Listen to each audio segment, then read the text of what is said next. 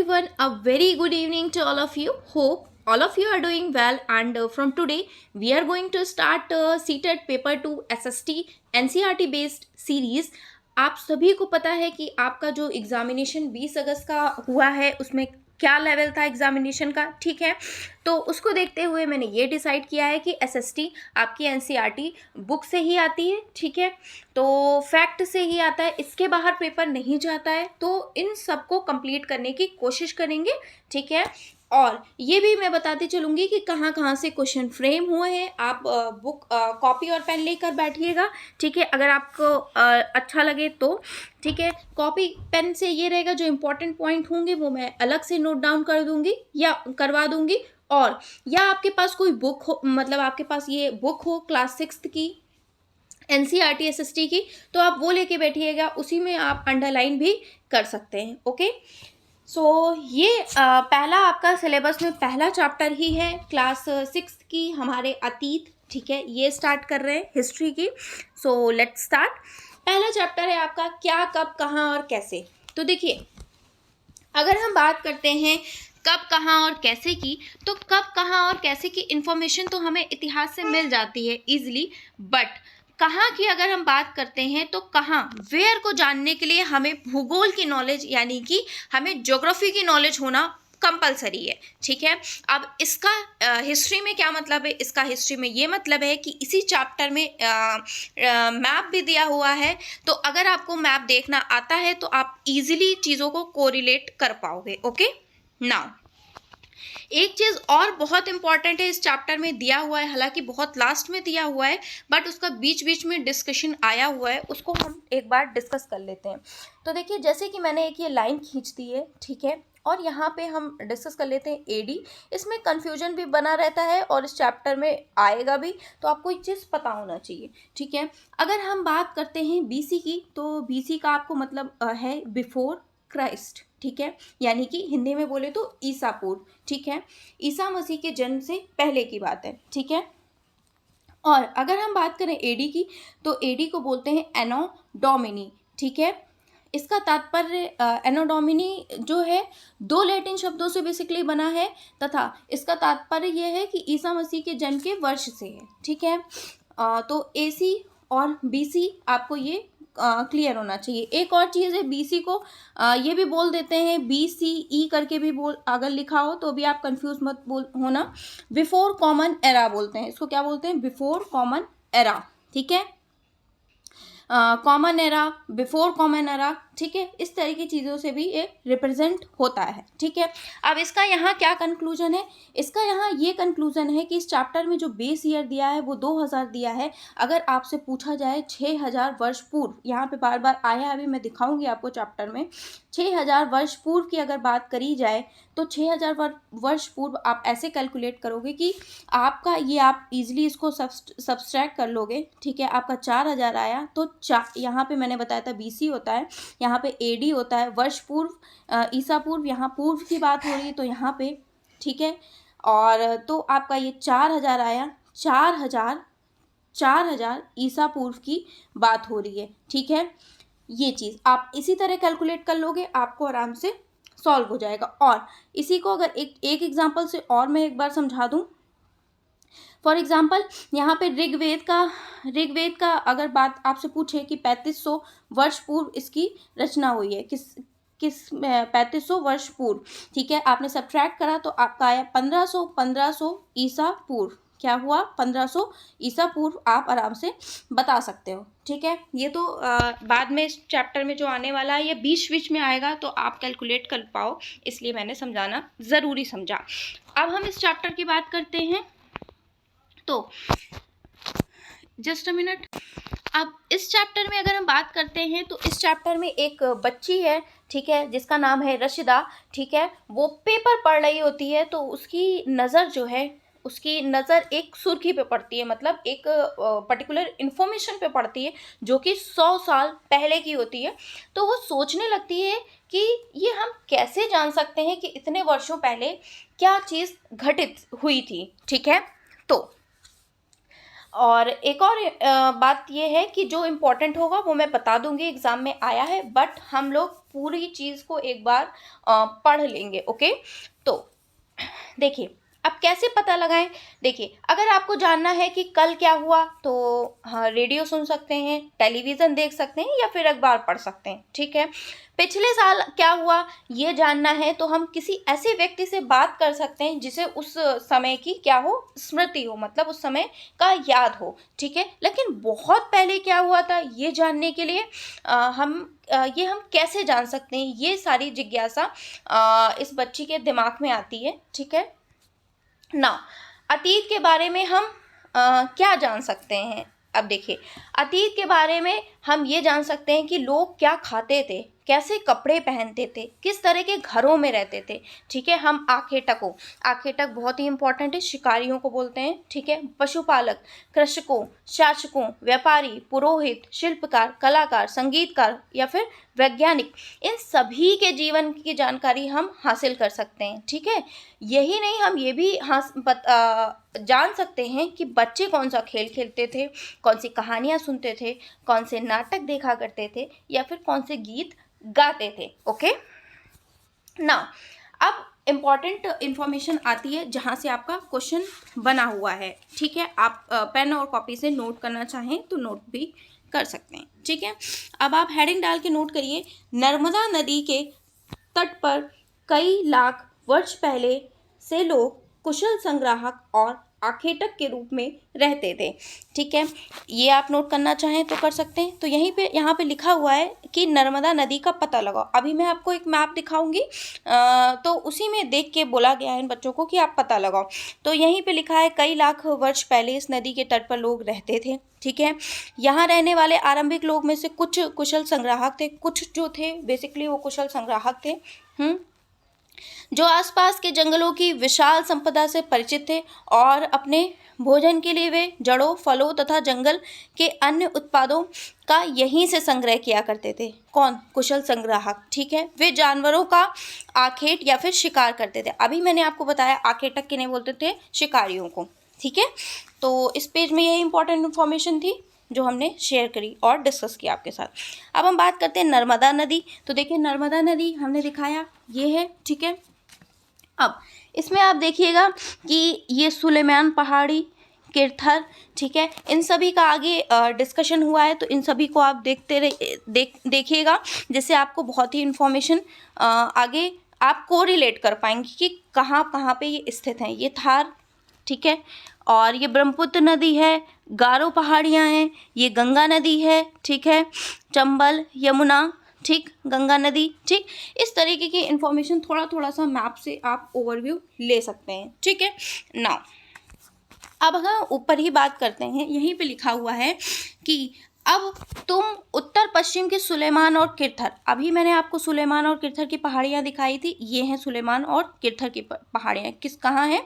उत्तर पश्चिम। इनका पता लगाओ, तो आपने मैप देखा होगा तो आप इजीली पता लगा लोगे। तो इसमें इंफॉर्मेशन ये है, आप पॉइंट डाल के लिख लेना कि यहाँ पे 8000 वर्ष पूर्व स्त्री पुरुष ने सबसे पहले गेहूं और जौ फसलों का उपजाना आरंभ किया था। ठीक है, कहाँ पर? क्वेश्चन आपका फ्रेम होगा कि सुलेमान और किरथर पहाड़ियों में 8000 वर्ष पूर्व स्त्री और पुरुषों ने सबसे पहले किसकी खेती की थी? गेहूं और जौ। आपको ऑप्शन दे देगा चावल, धान, गन्ना और गेहूं और जौ। तो आपको सही ऑप्शन पता होगा तो आप आराम से टिक कर पाओगे। ठीक है, नाउ अब आपसे यहीं से दूसरा क्वेश्चन फ्रेम होगा कि उन्होंने भेड़, बकरी, गाय, बैल जैसे पशुओं को पालतू बनाया। अब आपको ऑप्शन दे देगा घोड़ा, ठीक है, और घोड़ा, शेर, कुछ भी करके दे देगा।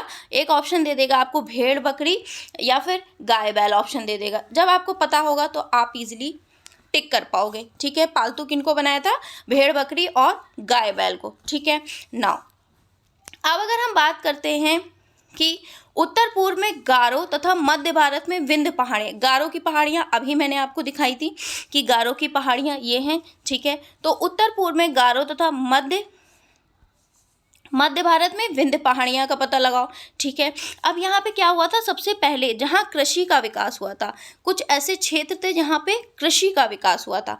अब आपसे पूछेगा कृषि का विकास कहाँ हुआ था, तो गारो की पहाड़ियाँ और विंध्य पहाड़ियों में हुआ था। ठीक है, अब आपसे पूछेगा सबसे पहले चावल कहाँ उपजाया गया, तो आपको पता होना चाहिए कि गारो और विंध्य की पहाड़ियों में। ठीक है, विंध्य के उत्तर में स्थित हैं। ठीक, यहाँ से इतनी इन्फॉर्मेशन है, इस पेज में इतना आपके लिए वेरी इंपॉर्टेंट था, और नर्मदा नदी वाला। ठीक है, और जो इम्पोर्टेंट था वो मैंने आपको बताना ज़रूरी समझा। ठीक है, नाउ नेक्स्ट पेज पे मूव ऑन करते हैं। जितना जितना बेसिकली मैंने टिक किया है वो बहुत इंपॉर्टेंट है, वहाँ से क्वेश्चंस पूछा गया है। अब एनो डोमिनी और बिफोर क्राइस्ट हमने डिस्कस किया था, उसका यहाँ पे डिस्कशन हुआ है। ठीक है, अब देखिए, मानचित्र पर सिंधु तथा इसकी सहायक नदियों का पता लगाओ। अभी हमने मानचित्र पर सिंधु नदी देखी थी। ठीक है, अभी हमने मानचित्र पे क्या देखी थी, सिंधु नदी। इसकी सहायक नदियों की बात हुई है, उसका पता लगाना है। ठीक है, ये आपसे पूछ सकता है सिंधु की सहायक नदियाँ कौन कौन सी हैं। ठीक है, ठीक है, अब सहायक नदियाँ क्या होती हैं, सहायक नदियाँ वो होती हैं जो एक बड़ी नदी में जाकर मिल जाती हैं। ठीक है, अब अगर बात करी जाए 47 वर्ष पूर्व इन्हीं नदियों के किनारे, 47 वर्ष पूर्व का क्या मतलब है, 47 वर्ष पूर्व का क्या मतलब है, ये एडी हुआ, ये बीसी हुआ, 47 वर्ष पूर्व। ठीक है, अभी मैंने आपसे डिस्कशन किया था, यहाँ पे 2000 बेस ईयर है, तो आप अगर सब्ट्रैक्ट कर लोगे तो 2700 ईसा पूर्व की बात हुई है। किसकी बात हुई है, 2700 ईसा पूर्व की बात हुई है। ठीक है, तो 2700 ईसा पूर्व में इस नदी, इन्हीं नदी के किनारे क्या है, इन्हीं नदी के किनारे कुछ आरंभिक नगर फूले फले, आरंभिक नगर फूले फले किसके पास, 47 ईसा पूर्व इन्हीं नदियों के किनारे। ठीक है, सिंधु और उनकी किन नदियों के किनारे, ये पूछा जा सकता है, सिंधु और उनकी सहायक नदियों के किनारे। ठीक है, गंगा व इसकी सहायक नदियों के किनारे तथा समुद्र तटवर्ती इलाकों में नगरों का विकास 2500 वर्ष पूर्व, 2500 वर्ष पूर्व आप फिर आराम से कैलकुलेट कर पाओगे, 500 ईसा पूर्व की बात कही गई है। ठीक है, 500 ईसा पूर्व की बात करी गई है, किसमें, गंगा में 500 ईसा पूर्व या फिर 2500 वर्ष पूर्व की बात कही गई है, और सिंधु में 4700 वर्ष पूर्व या फिर 2700 ईसा पूर्व की बात कही गई है, आरंभिक नगर का विकास हुआ या फिर फूले फले। अब क्वेश्चन की बात करें, अब दूसरे पैसेज पे मूव ऑन करते हैं, तो क्या लिखा है दूसरे स्टेंजा में, गंगा तथा इसकी सहायक नदी सोन का पता लगाओ। ठीक है, सोन का पता लगाना अभी मैप दिखाया था। गंगा के दक्षिण में इन नदियों के आसपास का क्षेत्र प्राचीन काल में, ये बहुत इंपॉर्टेंट है, यहाँ से क्वेश्चन फ्रेम होने के चांसेस हैं। गंगा के दक्षिण में इन नदियों के आसपास के क्षेत्र को मगध वर्तमान में मगध को हम क्या कहते हैं, बिहार के नाम से जानते हैं। ठीक है, यहाँ पे क्या था, यहाँ पे शासन बहुत ज़्यादा शक्तिशाली था और एक विशाल साम्राज्य की स्थापना भी हुई थी। ठीक है, देश के अन्य हिस्सों में भी ऐसे राज्य की स्थापना की गई है। नाउ अब अगर हम बात करें तीसरे पैसेज की, तीसरे स्टेंजा पे मूव ऑन करते हैं, तो क्या लिखा है, लोगों ने सदाब उपमहादेव के एक हिस्से से दूसरे हिस्से तक की यात्रा की है। ठीक है, कभी कभी हिमालय के जैसे ऊंचे पर्वत, पहाड़ी, रेगिस्तान, नदियां तथा समुद्रों के कारण यात्रा जोखिम भरी होती थी, फिर भी ये यात्रा उनके लिए असंभव नहीं थी। ठीक है, इस पैसेज में इतना कुछ इंपॉर्टेंट है नहीं, इसलिए हम इसे डिस्कस नहीं करते हैं, ये वेरी वेरी इंपॉर्टेंट एग्जाम के पॉइंट ऑफ व्यू से इसे डिस्कस करते हैं। ठीक है, दक्षिण एशिया की अगर हम बात करें तो ये दक्षिण एशिया आधुनिक भारत, पाकिस्तान, बांग्लादेश, नेपाल, भूटान और श्रीलंका और अफगानिस्तान की और अफगानिस्तान, ईरान, चीन तथा म्यांमार आदि पड़ोसी देश को दर्शाता है। दक्षिण एशिया में बेसिकली ये सारे देश आते हैं जिन्हें आप याद कर सकते हैं, कोई भी 4 दे देगा, एक ऑप्शन में आपको टिक करना होगा, ऑड वन आउट। ठीक है, दक्षिण एशिया को एक हम महाद्वीप के नाम से जानते हैं। ठीक है, महाद्वीप में सबसे छोटा है इसलिए हम बोल सकते हैं उपमहाद्वीप। ठीक है, और अगर हम बात करें दक्षिण एशिया एक महाद्वीप से छोटा है, लेकिन विशालता तथा बाकी एशिया में से समुद्रों, पहाड़ियों तथा पर्वतों से बटे होने के कारण इसे प्रायः उपमहाद्वीप कहा जाता है। ठीक है, किसे उपमहाद्वीप कहा जाता है? दक्षिण एशिया को। ओके, तो यहाँ तक हमने डिस्कस कर लिया। ये कुछ इंपॉर्टेंट है नहीं, इसलिए इसे हम डिस्कस नहीं करेंगे ना।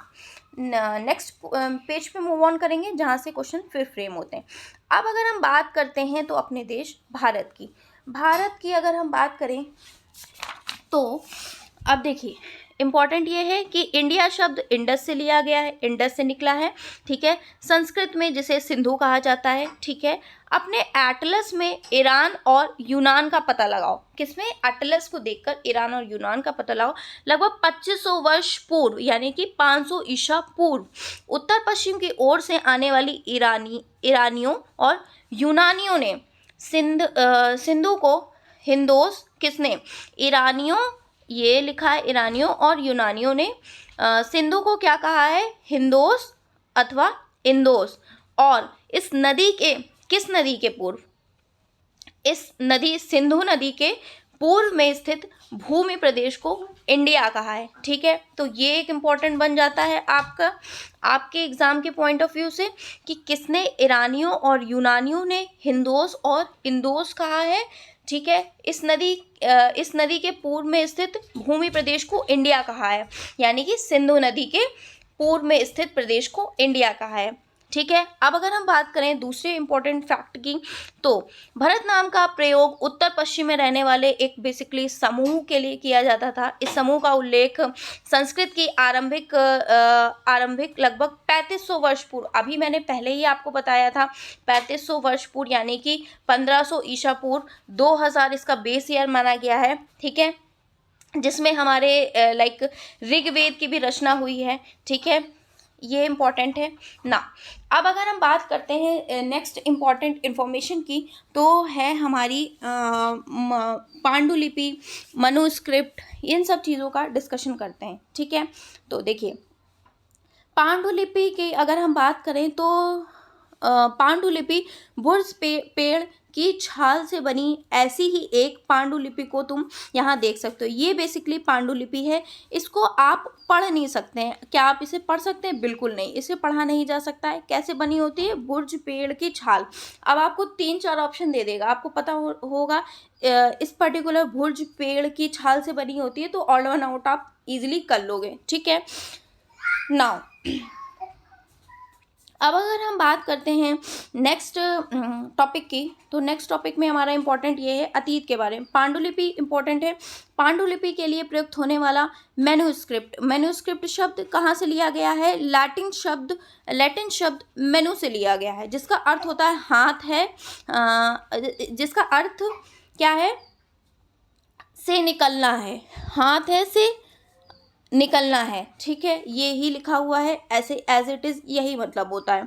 पांडुलिपियाँ प्रायः बेसिकली ताड़ पत्रों अथवा हिमालय क्षेत्र में उगने वाले बुर्ज नामक पेड़ की छाल से विशेष तरीके से तैयार भोजपत्र पर लिखा मिलता है, जैसा कि आपको दिख रहा है, ये एक पेड़ का नाम होगा। ठीक है।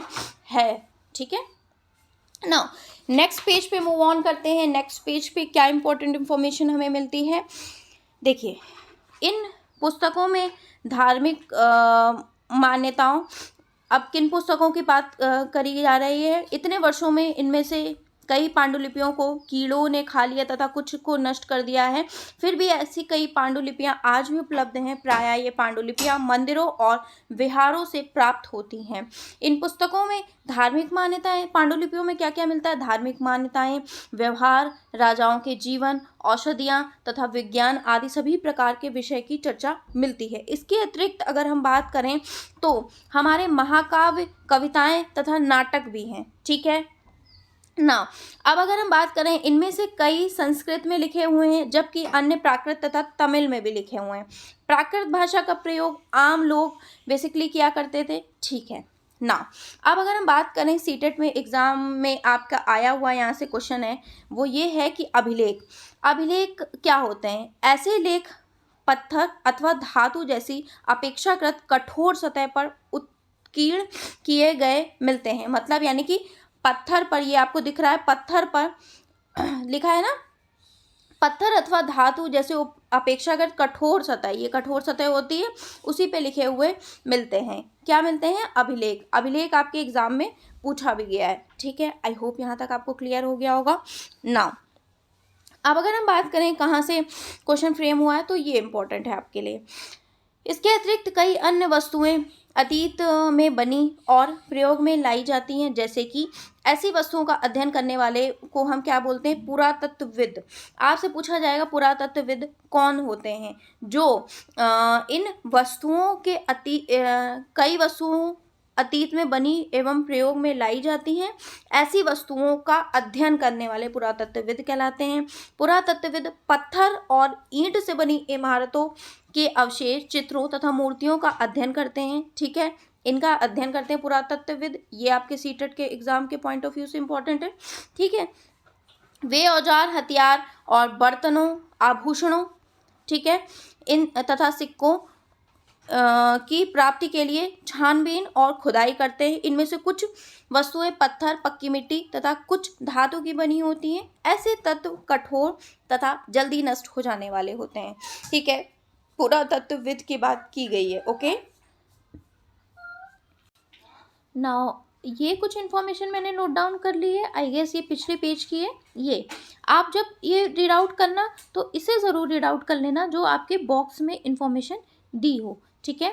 तो इसे मैंने लिख लिया था कि लगभग 2250 वर्ष पुराना यह अभिलेख वर्तमान अफगानिस्तान के कंधार से प्राप्त हुआ है। कहाँ से? अफगानिस्तान के कंधार से प्राप्त हुआ है ये अभिलेख, ठीक है। यह अभिलेख अशोक नामक शासक के आदेश पर उत्कीर्ण करवाया गया। अशोक ने उत्कीर्ण करवाया, ठीक है। अफगानिस्तान से प्राप्त हुआ है, अशोक ने उत्कीर्ण करवाया। इस शासक के विषय में तुम अध्याय 8 में पढ़ोगे। जब हम कुछ लिखते हैं तब हम किसी लिपि का प्रयोग करते हैं, ठीक है। ऑब्वियस है, लिपि का प्रयोग करेंगे। लिपियां अक्षरों अथवा संकेतों से बनी होती हैं। जब हम कुछ बोलते हैं अथवा पढ़ते हैं तब हम एक भाषा का प्रयोग करते हैं। यह अभिलेख इस क्षेत्र में प्रयुक्त होने वाले यूनानी तथा अरमाइक नामक दो भिन्न लिपियों तथा भाषाओं में है, ठीक है। यही इस पेज में मैंने लिखा है कि अशोक ने लिखवाया था, अफगानिस्तान से प्राप्त था, अफगानिस्तान में, ठीक है। यूनानी और अरमाइक इसमें लिखा गया था, ठीक है। तो ये कुछ इन्फॉर्मेशन थी। अब अगर हम बात करें, यहाँ पे कुछ ऐसा इंपॉर्टेंट है नहीं डिस्कशन के लिए, ये मैंने डिस्कस कर लिया था पहले ही। 2000 को बेस ईयर माना गया था ईसा मसीह के जन्म से पहले की बात, ठीक है ना। अब हम यहाँ डिस्कस कर लेते हैं कि ये देखिए, ये सब हम डिस्कस कर चुके हैं। बिफोर क्राइस्ट और एनो डोमिनी, ये सब हमने डिस्कस कर लिया है, ठीक है। तो इसको बार बार डिस्कस नहीं करेंगे, ये कुछ इन्फॉर्मेशन अलग से दी हुई है नाउ। और यही सब इन्फॉर्मेशन है, तो आप इसे पढ़ सकते हैं। ये कुछ आप अगर इसको अपने आप सॉल्व करना चाहें तो आप इसे आराम से सॉल्व कर सकते हैं। तो आई होप आपको ये सेशन पसंद आया होगा। जो जो मैंने इंपॉर्टेंट बताया है वो आप नोट डाउन कर लीजिएगा या फिर एक बार रीड आउट कर लीजिएगा, ठीक है। अगर आपको वीडियो पसंद आई, इसी तरह आप सारी एनसीईआरटी कवर करना चाहते हैं तो नीचे कमेंट सेक्शन में बताइएगा। मैंने अपना बेस्ट आपको समझाने की कोशिश की है, ठीक है। So it was in this video, meet you in my next video. Till then